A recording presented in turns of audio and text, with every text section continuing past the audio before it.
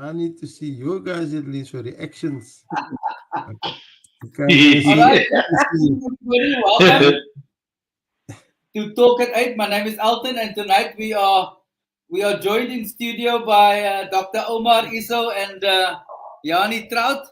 Omar's got a little camera problem, but it doesn't stop us from having our conversation.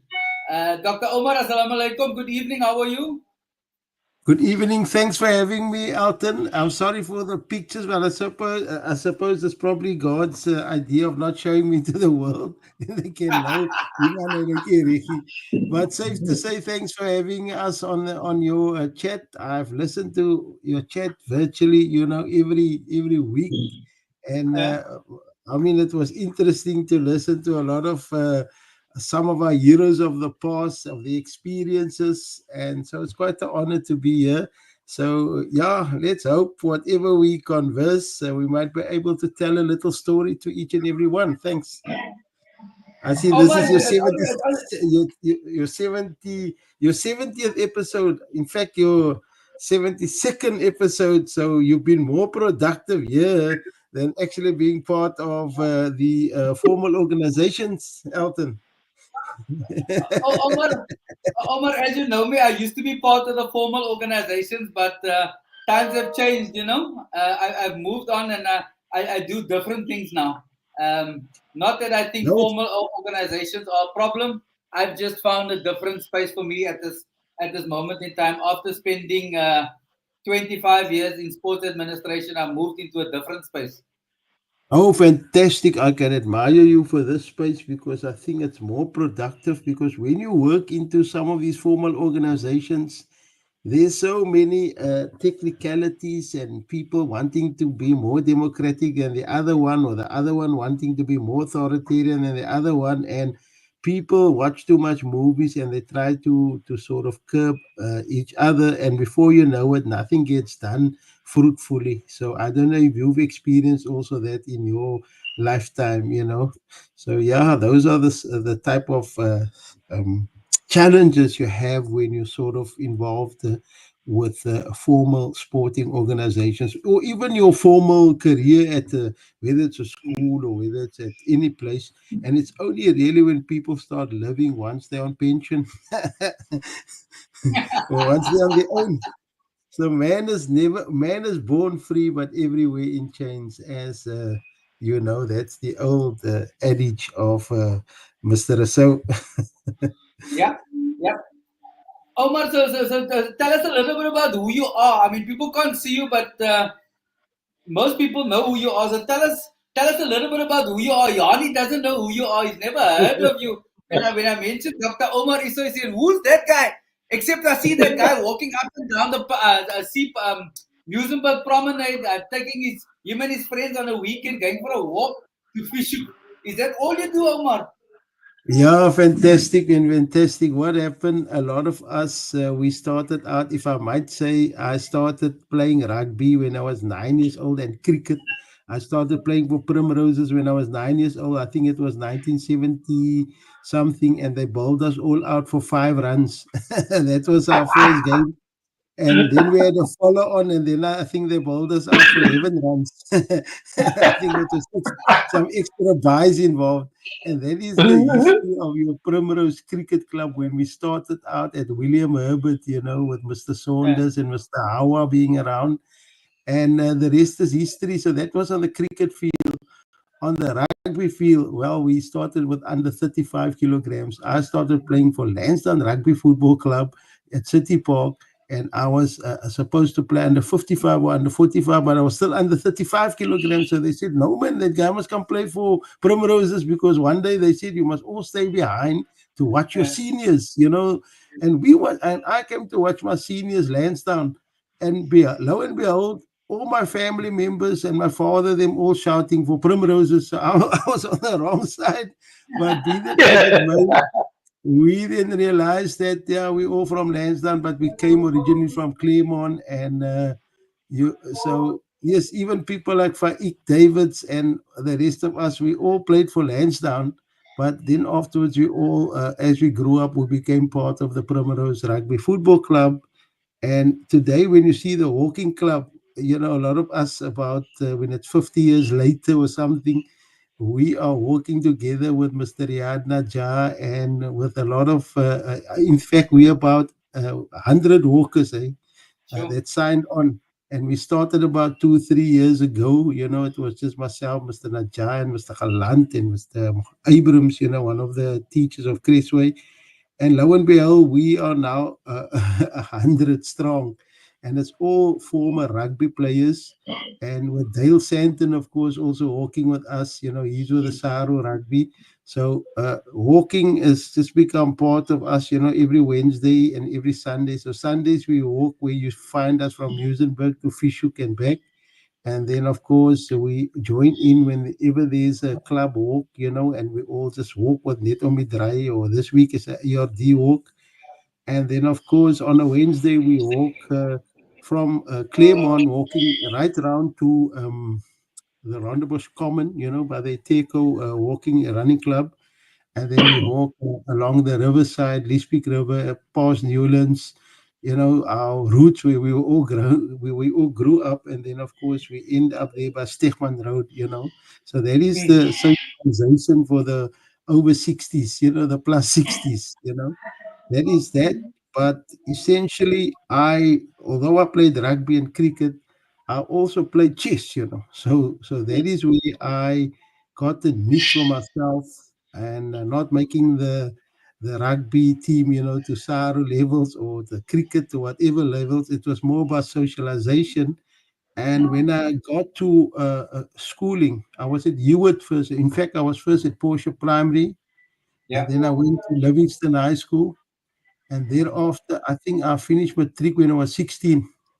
And I thought I wanted to become a lawyer, but then I had a conditional exemption. So they said, no, you can either write the subject, but that was in 1981. I think there was only 51% pass rate in the so-called colored affairs education. 51% Yeah. people passed.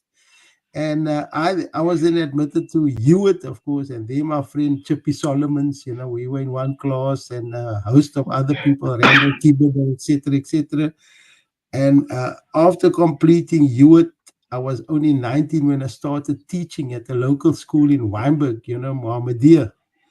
And then, of course, we were involved with athletics, training the kids, trying to make the school into whether it was the Sinton of the old or the Livingston of the past, where we try to show the kids athletics is actually where you try to keep the kids busy, and it gives them the confidence in the classroom.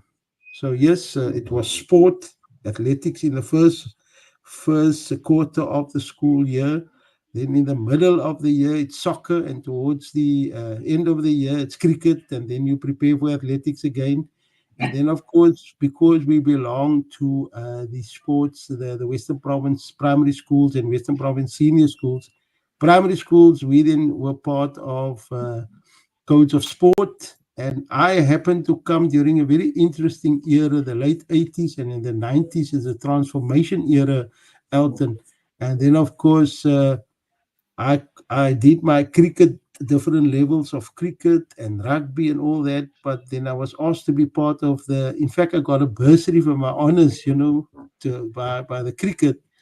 And then I thought there's so many people that want to be cricket superstars and coaches and you name it. So I thought I'd rather go in a code of sport, that is very reserved and more quiet and that. And I went into chess. And that is Omar, where Omar, I'm going to stop you. I'm going to stop you for a second. I'm going to stop you for a second. If you've just joined in, you're welcome to join the conversation, chatting to Dr. Omar Esau and Yani Trout about sport. Drop your comments on Instagram, YouTube, or Facebook. Omar, you're talking about the history of your history, but we also need to understand that there's a parallel along with that on how the country's changed.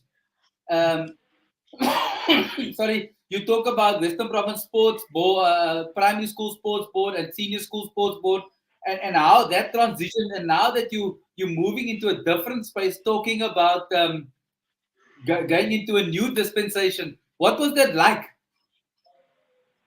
Yeah, look, that era you're looking at, I think in the 90s and 92, and that was the first team, of course, moving overseas. But what was it like? Along comes somebody from Bishops or somebody from Jan van Riebeek or some other school, and then you come from your school.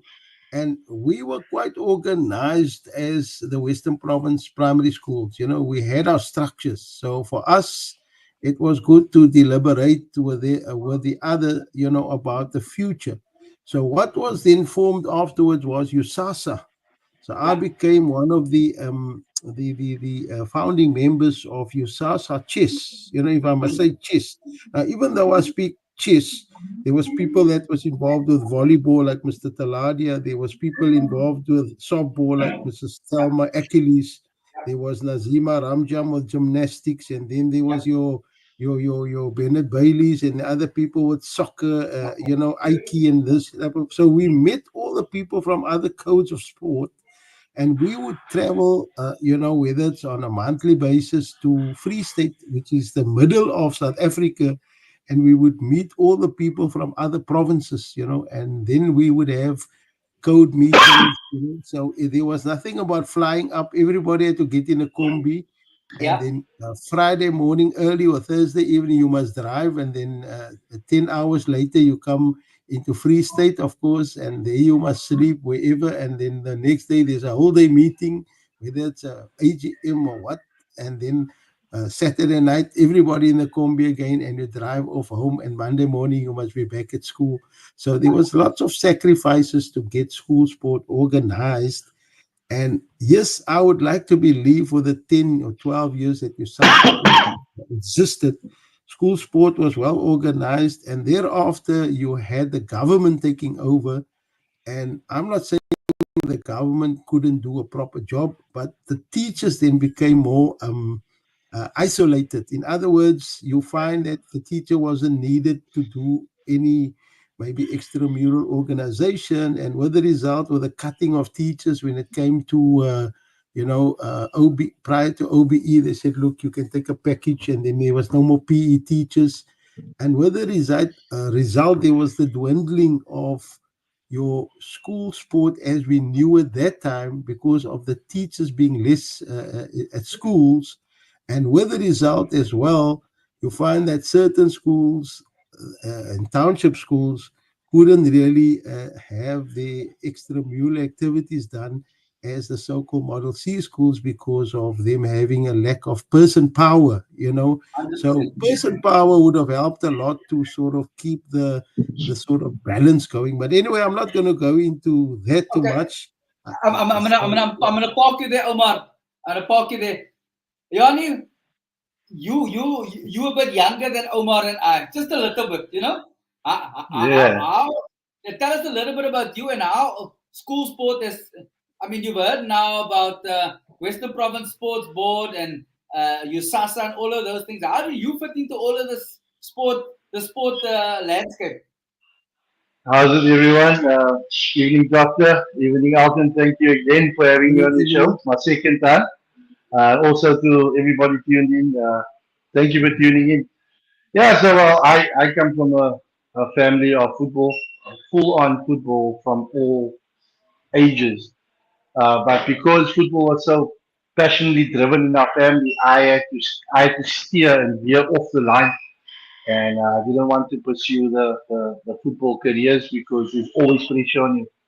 And that's where I made a decision to go into surfing. It was completely not what I'm supposed to be doing or stuff like that. So because, um, as I can say it as plain and blunt as it would be in a colored community, the questions were posed to me: why do you do the white people sports at that time? Because the sport itself, surfing is a very expensive sport when it comes to your equipment and stuff. And well, we didn't have that. I grew up in Shantington, so we had the ocean there. And with that said, we ended up started with life like nippers, life saving, and ended up going to NSRI and started falling in love with the ocean. And also, it was a medium to keep us away from getting up to no good. Because even on the soccer field, after the match we would get up to know you. But other than that, yeah, there was a big for me from a surfing point of view and how the whole structure changed was uh, I can honestly say I could see that shift because there were times where we were allowed to when we just were allowed to start going to Museum Beach. I was probably like 9 or 10 years old, and that was our dream to surf with, because you could drive over Boys Drive and you could see guys in the water, but you couldn't ride it. And my dad used to have this. I was speaking about it 2 days ago. A Chev 4100 leather, like vinyl top, and we used to cruise down there. One of the best memories that I had. But surfing didn't start all the way there. It started when my uncle gave us a board, and 9 of my friends we had this board and we carried it from Strandfontein, the housing section. We would carry this massive board to the beach and we would push each other on this board one at a time. And that's where our passion and our love for it started. And we got, as we got better, each one got their own boards and then we met the other guys that were surfing that were older than us and they were guiding us and then competition started. That's when it's almost like the reorganization of people of color that could take part in this thing, and we were there. And it was always just the same group of faces that you would see. If it was at Komiki, you'll just see we had a guy, one of our pioneers, and there was a lady at Cairo. She and Mr. Joey Anton, he was a Western Province table tennis guy, but his son Jason served with us. So they were the two pioneers that would caught 10, 10 to 15 of us to the different competitions. And I mean, my parents didn't know where I was going. If it was soccer that I was playing, they would be there. But surfing, because they had no uh, interest in it, they didn't care about me. So I had no pressure on me. So I could just have fun.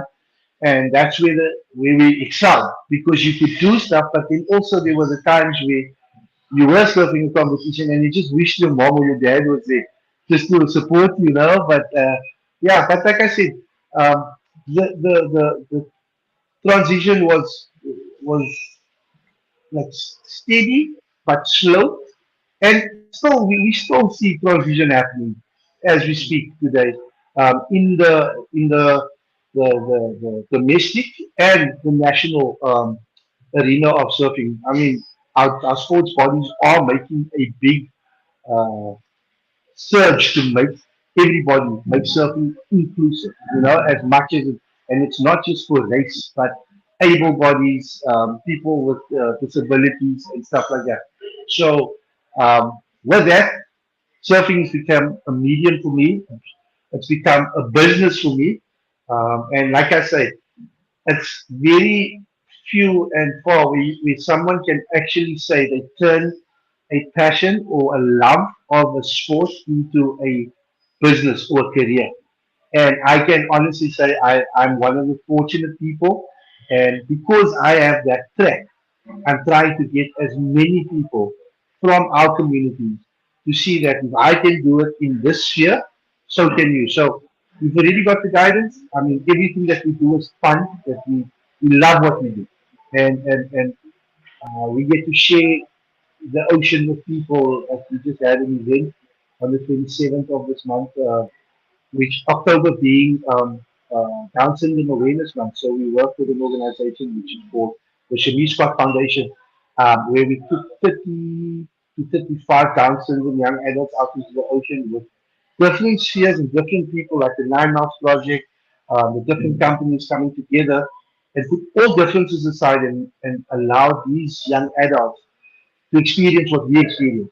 And like every year, we're blown away by breaking stereotypes about and stigmas around disabled and special needs kids to say that they can only do that. But if I know there's some guys that I know that are completely able and still can't stand on the surfboard while we had special needs kids and they were surfing, they had a fun time. So If they go onto our pages, like our NextGen Instagram pages or our Facebook, they'll see all the photos, the videos.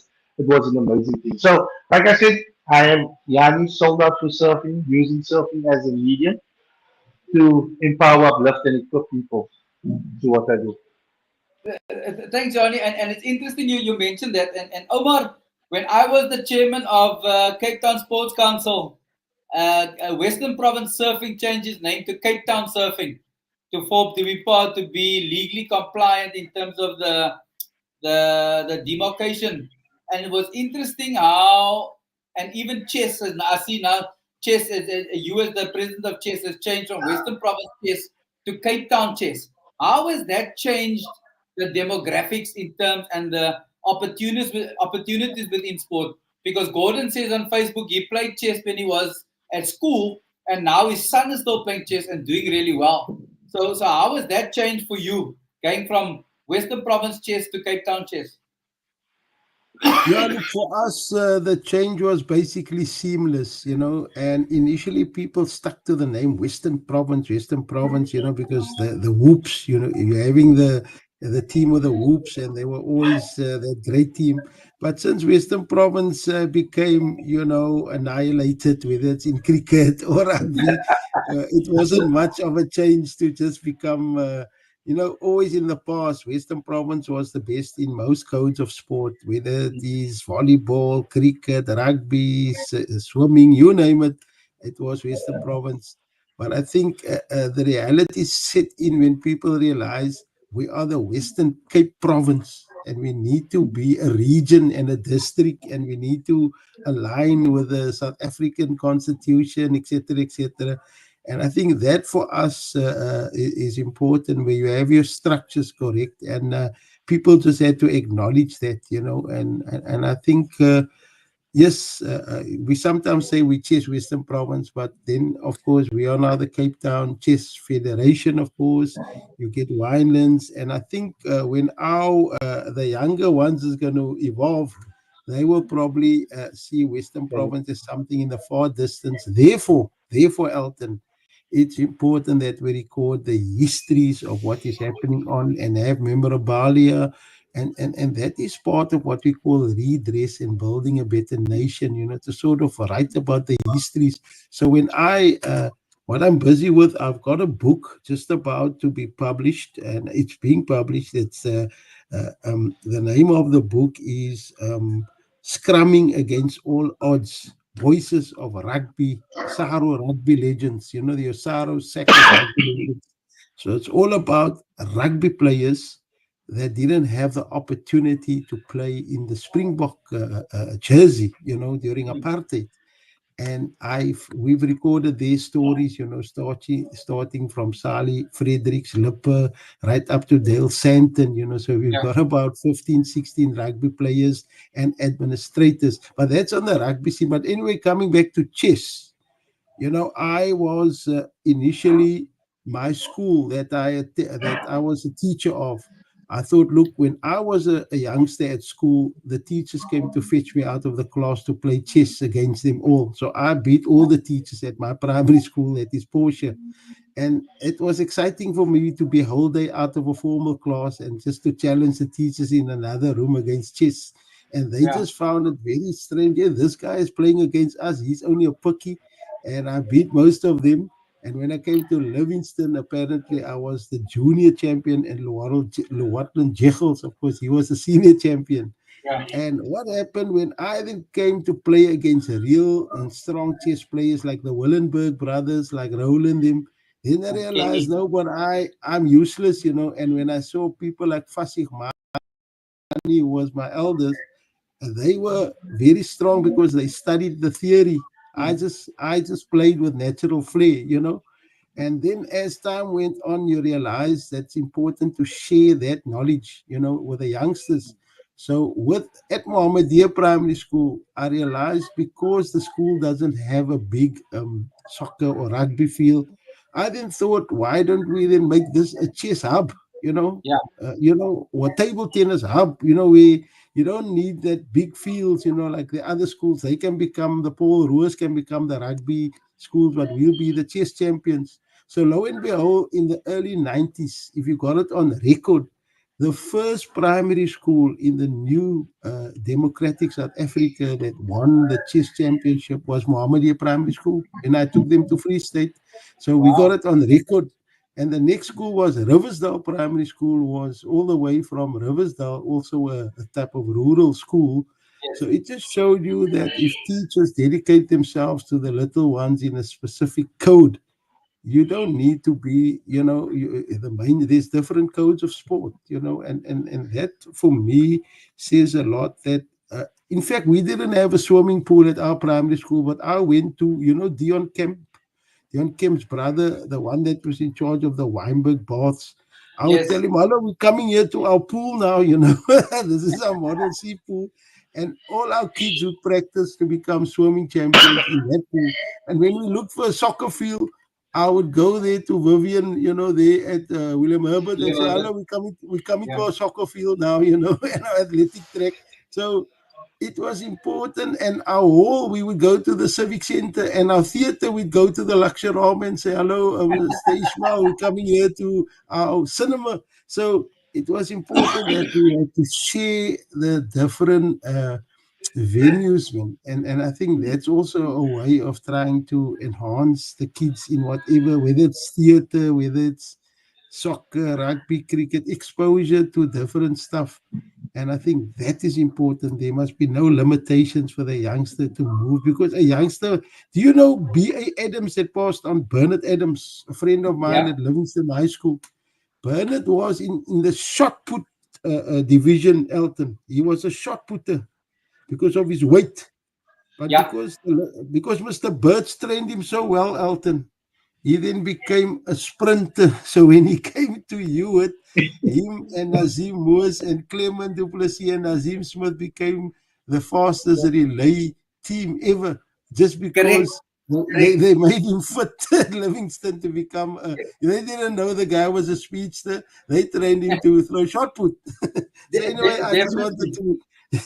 to let you in that we need to expose the kids to many different things, whether it's singing. I mean, look at Salim Kaji, the youngster was in my class. He's one of the best opera singers now. In fact, he sings the national anthem. I don't know if you heard about Salim Kaji. Yes. Yes. So, 100%. so it's exciting to see kids grow and youth grow, and teachers and parents and community give them the opportunity. The gentleman sitting there by you speaks about surfing. We had a rugby guy that was our coach, Mr. Paul Serfontein. Now, Paul Serfontein's name must be synonymous, and Mr. Miller with Strandfontein life saving. So Yeah. much so, I was at the Cape Town Sports Awards the other night, and lo and behold, the winner was a Serfontein young girl. And I asked her, who's your, do you know Paul Serfontein? She says, yeah, that's my grandfather. So what I'm saying is this, it just shows that we've got dynamic people in our communities, and if we can all just live and gel with each other, we should become a great nation, Elton. Yeah. Absolutely, Omar. Yanni, from your perspective, how do we grow surfing? Well, the word that Dr. Umar used was exposed. So exposure. So we were exposed to it by one person that gave us support. So what we are doing as my brand, which is NextGen Surf, we take it to our schools. We take it to, when I say our schools, we take it like Strandfontein High. We spread as far as Ocean View. And we speak about what we do. We show what we do. We basically open up. So I work with a lot of private schools, kids from private schools, and they would come, and then we would sit down, and I would speak to some of the parents and stuff, and I would say like, okay, we have two kids basically. I cannot afford to get here. They also cannot afford to pay the coaching fees. But how about you guys adopt him as a athlete and pay for the like basic be a sponsor for him because we see potential. And like if you had to go to Museum Beach at any given time, the guys that are like we would say in in the surfing jargon and stuff. The guys that are ripping it up there are boys from Steenberg, uh, Lavendale, Capricorn Park. They are dominating. They are the guys. We also have a guy by the name of Paul Chow. So Paul has been homeless for many years. Paul worked at a few surf shops. He even worked for me as a coach. Paul is now traveling the world to compete on the challenger series to get onto the main world series. So he was exposed to it. He was nurtured by the Chadley family. They guided him, and but then at the age of 18, he went basically on as a grown man. He went on his own, and then guys like shops like Lifestyle Surf Shop would come behind him, and different brands would come and show him that we have talent, and telling that, and obviously investing in and show it. And now that he's this year is the year that breakthrough happened for him, that he got to travel to the US to go compete.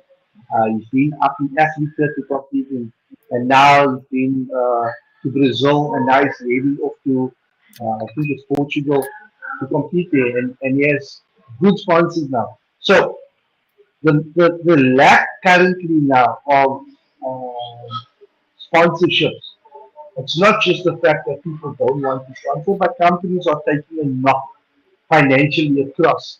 I mean, when I was a agent for a few brands a couple of years ago, it was completely different. And when we were coming through the ranks, we had companies like Vulcan throwing stuff at us because there weren't many sponsored riders, but and surfing wasn't as big in our communities as it was back then. But now they are our kids are popping up all over, and my drive more so is to bring this surfing culture to our females because we have a very minority of women. We have many surfers, women surfers, but we don't have many competitive women surfers.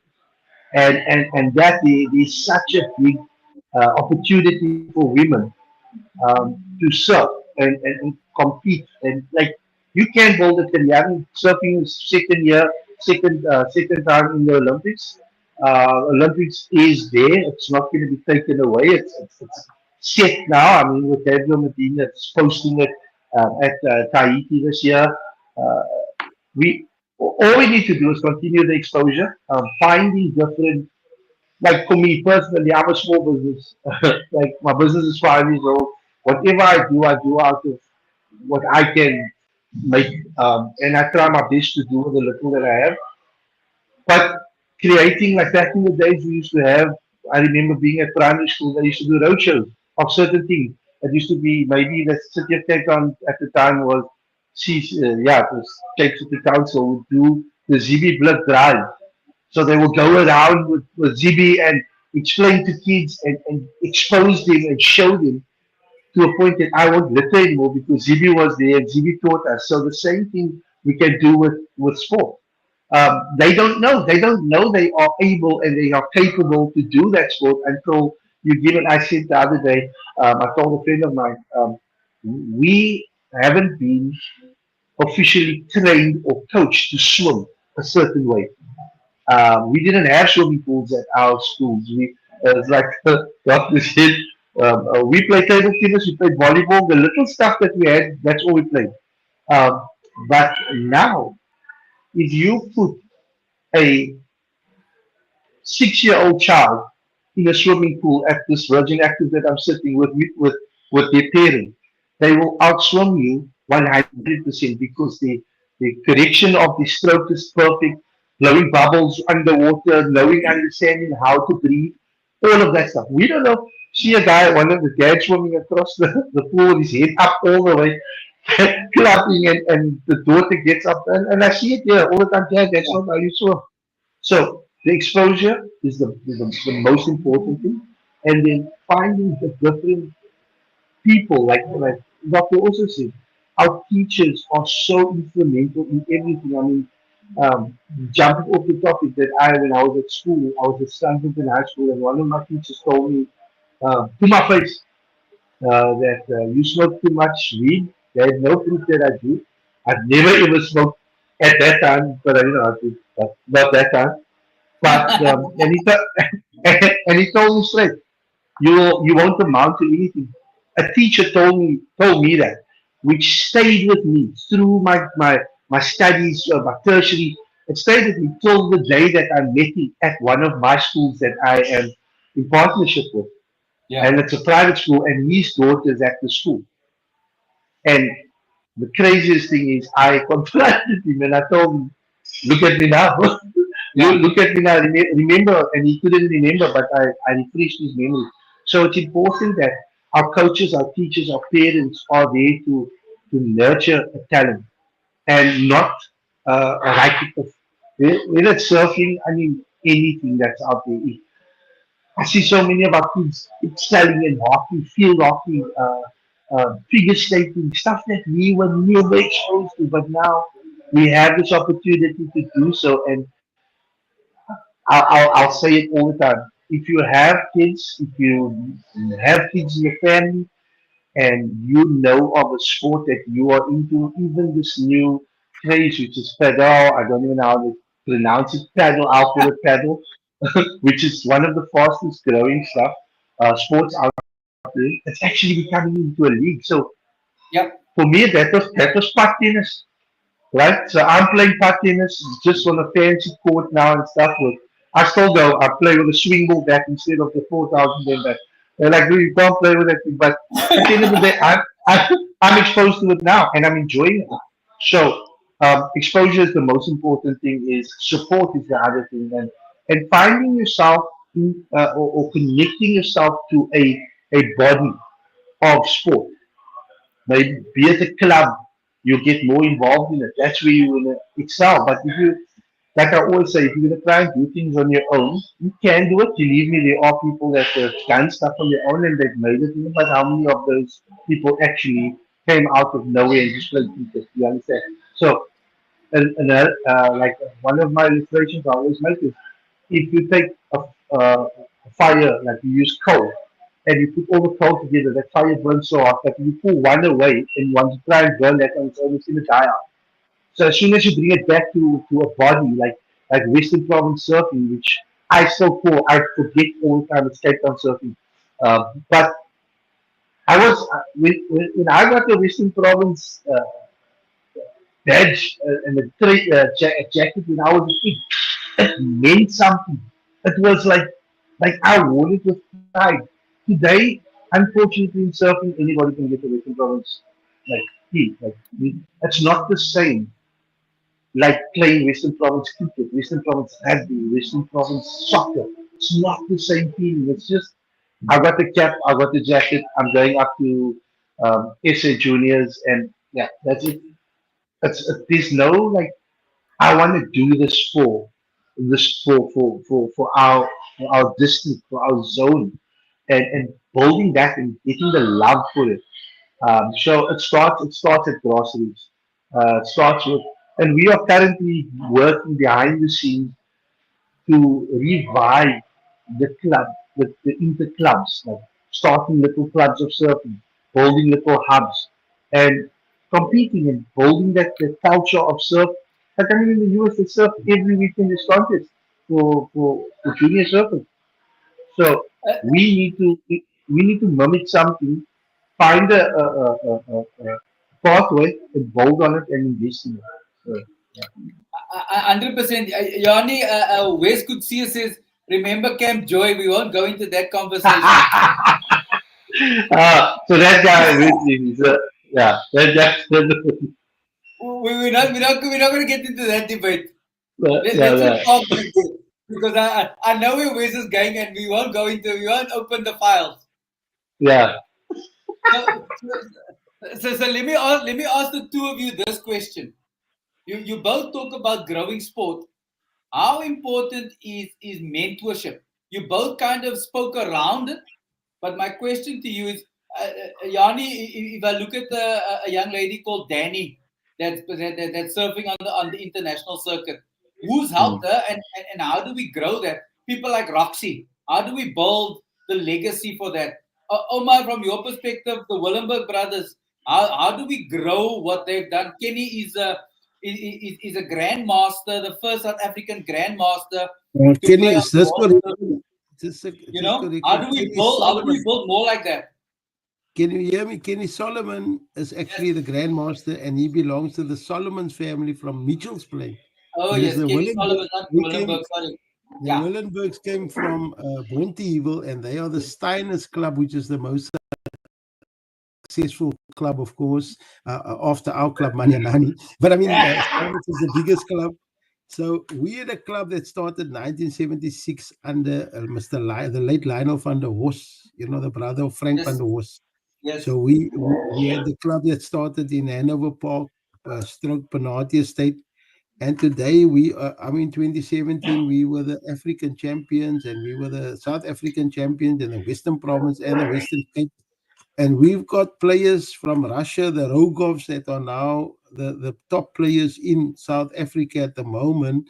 So what I'm saying is this: chess has moved because of its virtuality, because so you can play online chess. So you Yes. can actually join our club, and you can stay in any part of the world, and you can be part of the Manyanani Chess Club or the Steiners Chess Club. So online has really taken us, all over the world, as a chess fraternity. And you can get a mentor or a coach that can be in Russia or somewhere near Trump in America. And then, of course, you can be part of that chess fraternity.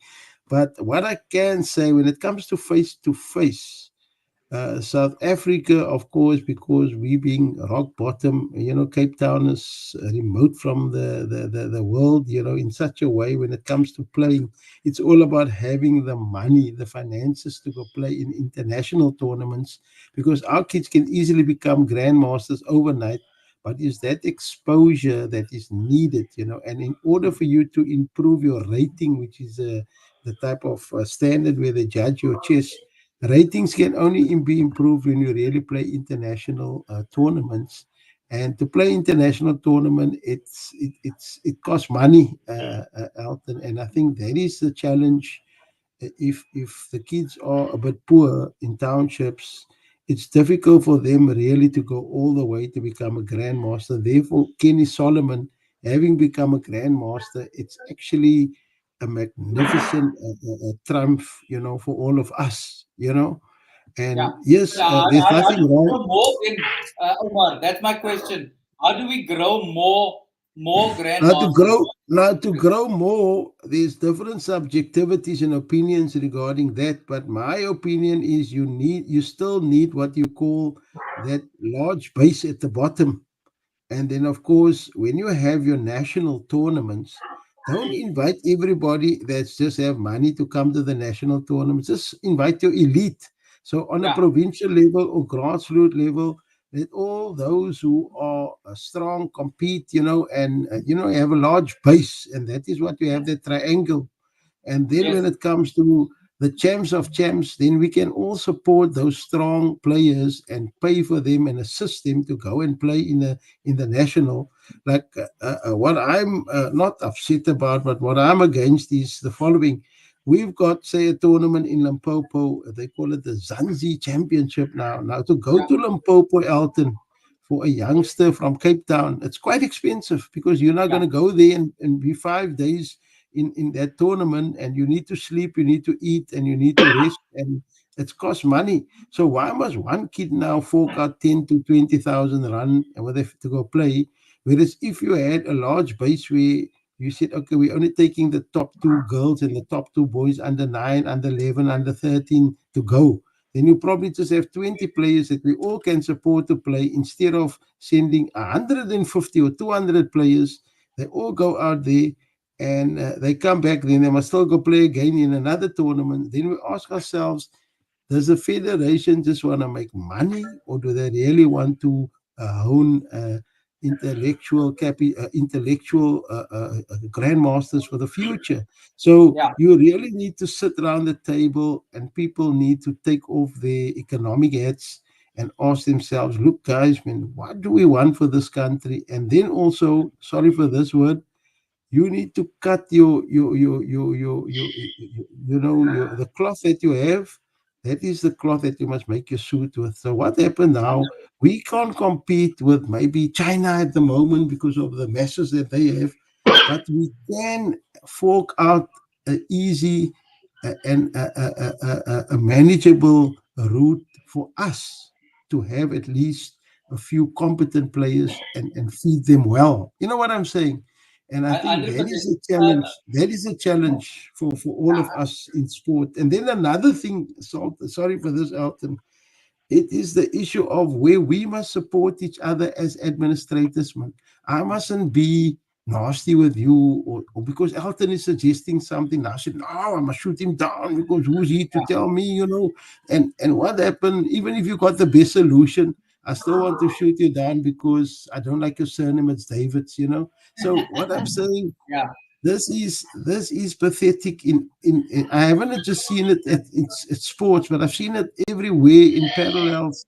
And I Mm. think it's man's inhumanity towards man, which is our own downfall. And it's sad, but that's the reality. And one wonders, is this the way that we're really going to move forward? Because I've seen people fight in different codes of sport, and you now in the best position sitting there, on TV, Elton, and you can see, oh, man, guys, what do you do? You can see, in fact, you got a nice global view of what is happening in the sport, so that when you give your input, as a person on YouTube, and me being at the station, radio station, you can then see the commonalities, and what is bringing us down as not only as a nation but as a sport loving nation. So yeah, I don't know if I'm sounding very negative. What I No, think no, is not at positive, all.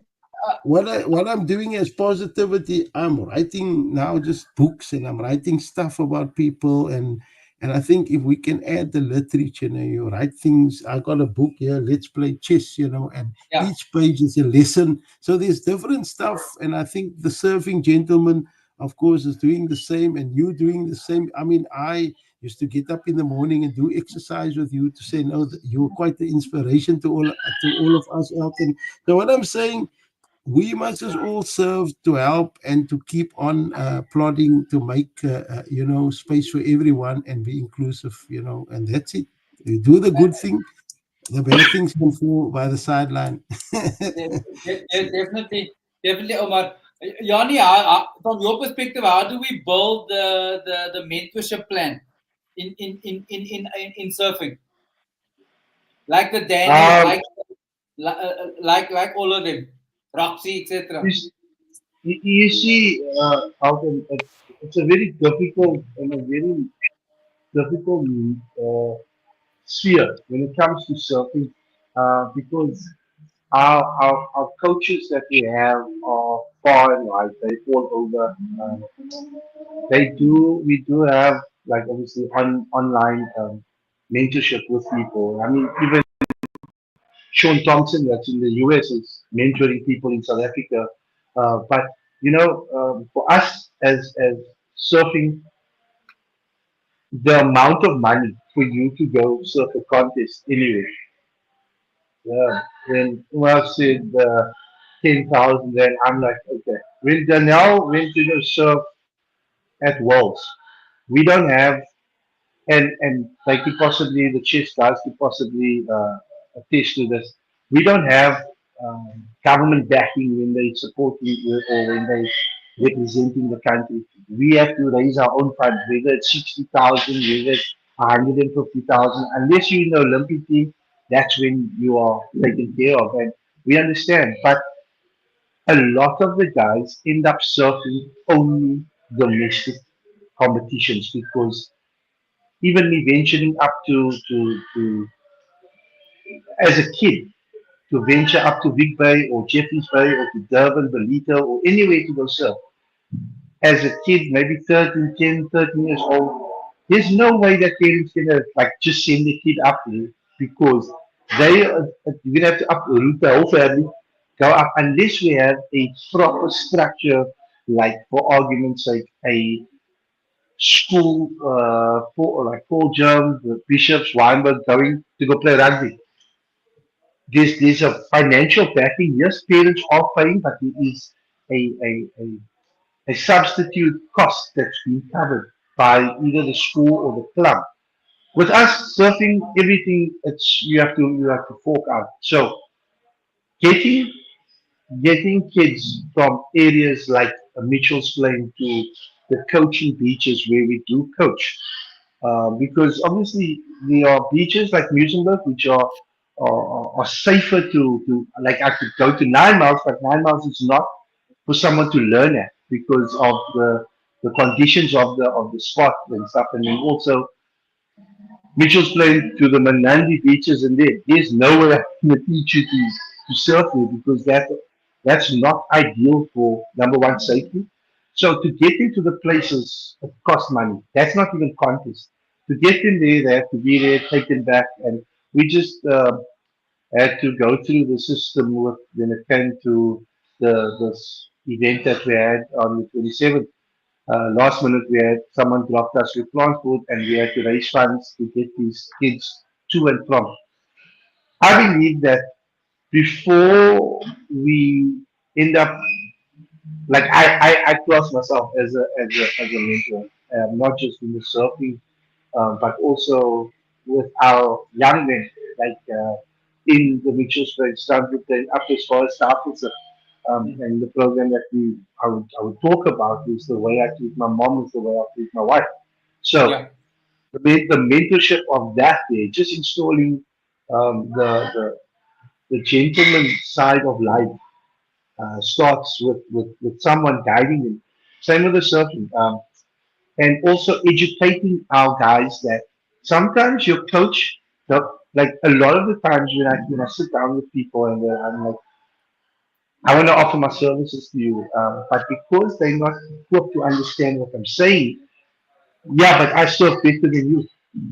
It's not that you, and my example that I make to counter that is that does Messi's football coach play better football than me?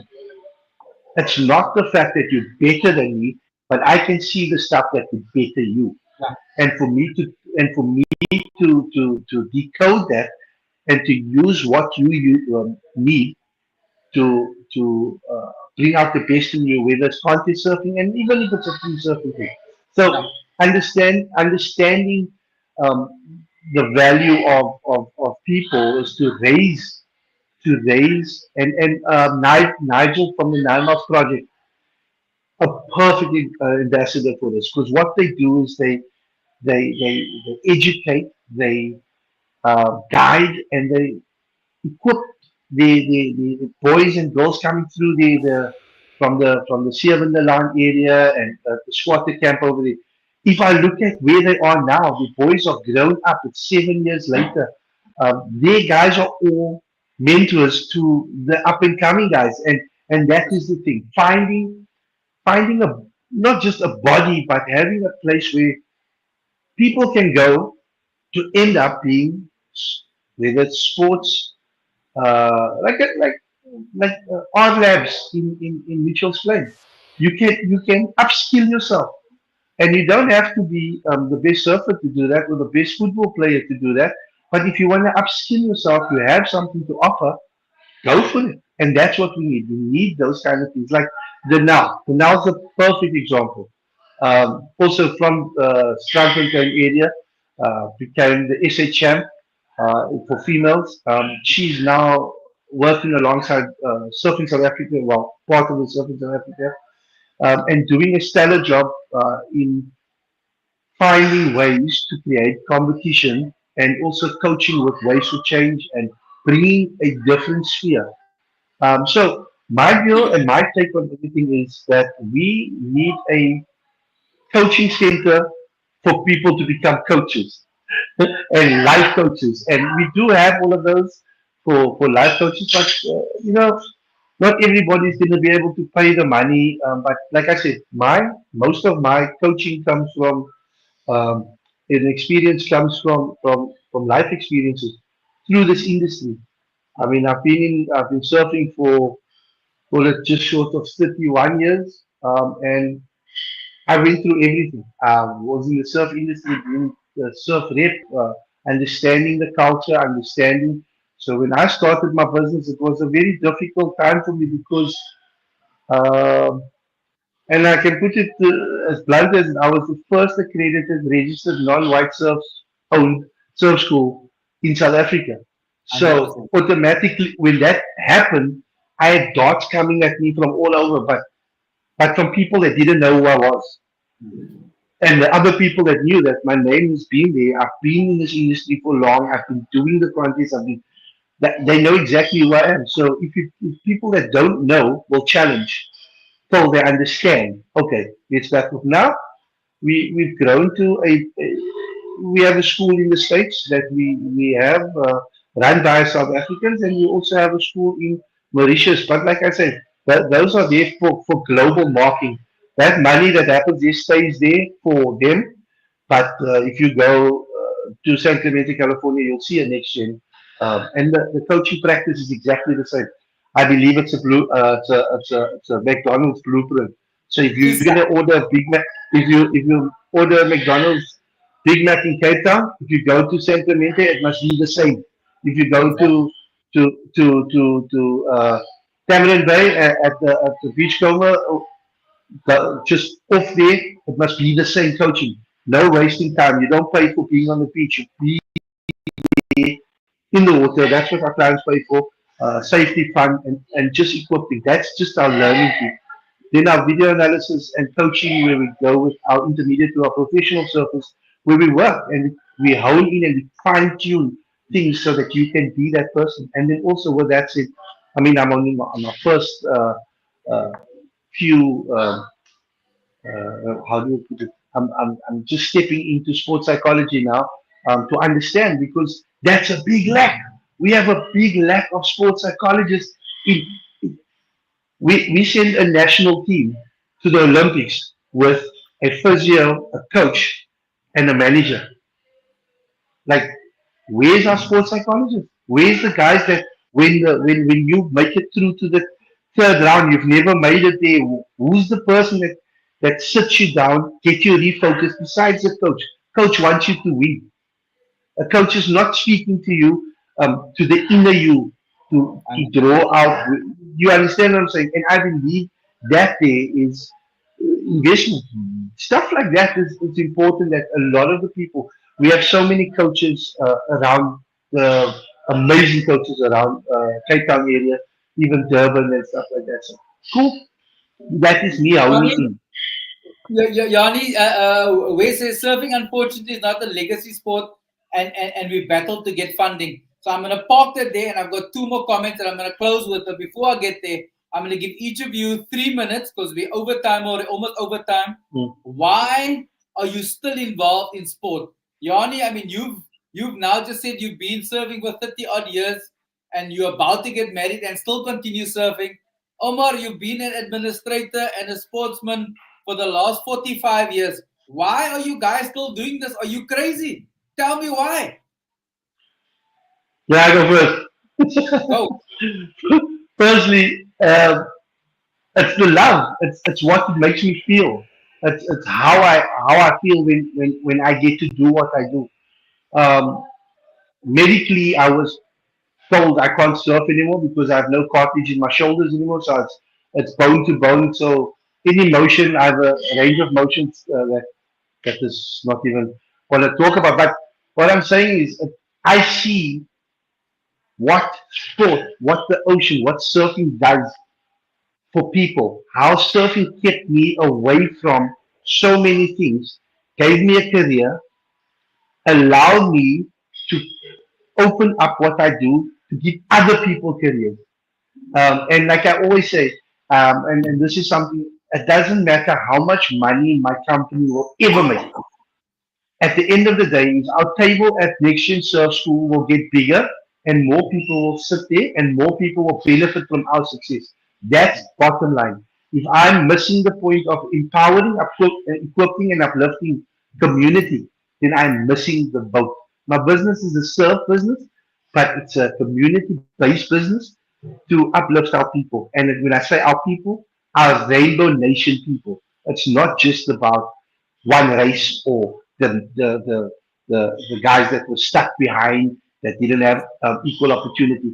It's our people. So that's me. I'm alive. I get to live what I do. I get to travel the world. I get to see and meet the coolest people. And wherever I go in the world, we can speak the same language by just standing at the beach and looking at the waves. So that's me. Where's his Yani? Thumbs up for why you still involved in sport. Mr. Football himself, but we'll park him there. Omar, why are you still doing what you do, my friend?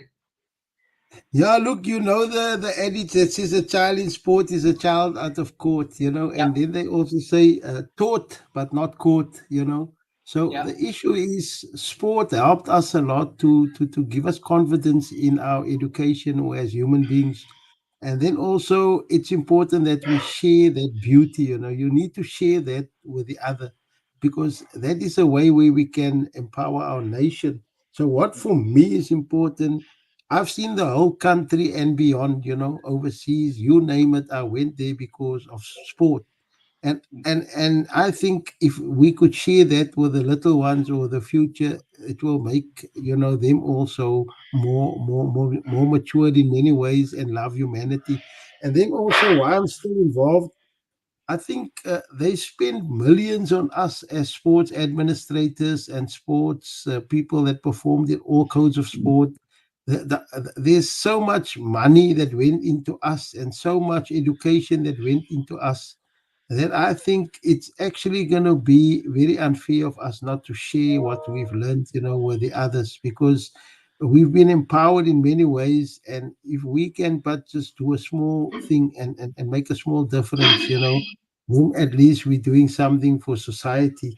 And then also the issue of how do you, at what stage do you stand back and say we've empowered enough people and we've groomed, or not groomed because that means you grooming it, but if you see the code has grown in such a way that you can be easily replaced and the other one can also be easily replaced, etc., etc. And I'm talking about, when you talk about a code of sport, you're not just looking at the chairperson and a secretary and a FIDE arbiter and a FIDE coach, etc. You look at all facets, including your very important, what the gentleman mentioned, your psychologist in that code of sport, but then also your when it comes to your journalists in that code of sport, specialists in any code of sport, there must be a journalist specialization in that code. And once we have enough of all of that, then I'm sure we can sit back and we can say, daar's dit nou lekker, né? Waar's dit lekker? Daar's dit lekker. He's a So, lekker. yeah, so that's important. When we can see now we've covered all avenues and people are thriving and they're playing in the code of sport, and that's it, where we can just put smiles on faces of the millions of people that we have. And then we can sit back, or when we die, we can relax, and sleep forever. No worries. So that's what I'm saying. We're doing it to keep us young, number one, but we're also doing it to keep society vibrant. And most of all, we're keeping not only that say we keep the kids busy, with good things instead of letting them be occupied with negative stuff. So it's all about wanting to make a better society. And yes, you can do it in different ways. I could be a priest at the mosque or etc., but I prefer to be, more active with youngsters and Hmm. try to make a difference in the field of play wherever I find myself. So yeah, thanks so much, Elton, and of Omar course the and respect Yani, of. thank you. Let me get to two comments. Muhammad Shamikh Ali says, "People who makes a difference, keep up the good work." Referring to the panel. Nathima Isaac says, "Great show, Elton, as always, and with fantastic guests, Dr. Omar Esau and Yani Trout. Such a wealth of knowledge and experience, inspirational to us all. Keep on doing such excellent work."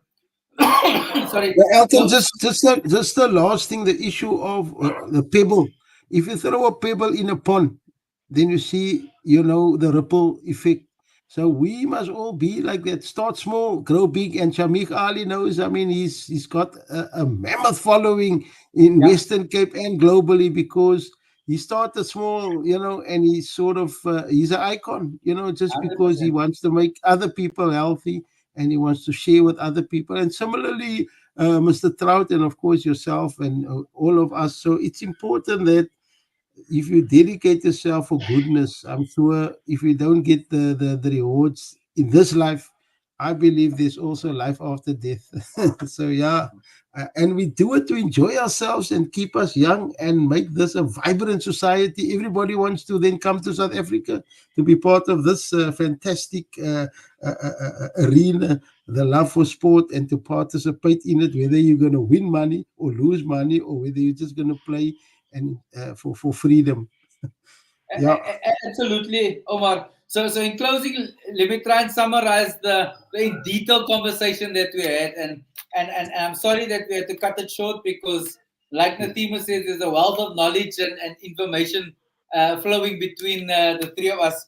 So the first thing that is that we as sports people need to pay it forward, because if you look back, what Omar has said and what Yani said, many people have done sports administration and paved the path for us. And as I always say, we stand on the shoulders of the people that have put us here before. So we now need to stand firm so the next generation, Yanni, can stand on our shoulders and take surfing forward, can take chess forward, so we can grow them. But we also need to empower them. Hence, I asked about mentorship, because unless we help them and give them the skills, they're not going to develop and grow further. And then lastly, and try and keep it short, is that unless we build a community of support, like you spoke about the psychologist, the bio, the physio, the doctor, and even the coach, administrators, Omar spoke about it, even the media side. Unless we have a collective approach in sport, sport is going to die, because we need to grow sport in all its forms. So thank you everybody for joining. Come back next week. We'll have another show. Same time, 8 o'clock next week, Wednesday. We've got some interesting guests lined up. Have an amazing week. Stay safe. Have a good sporting weekend.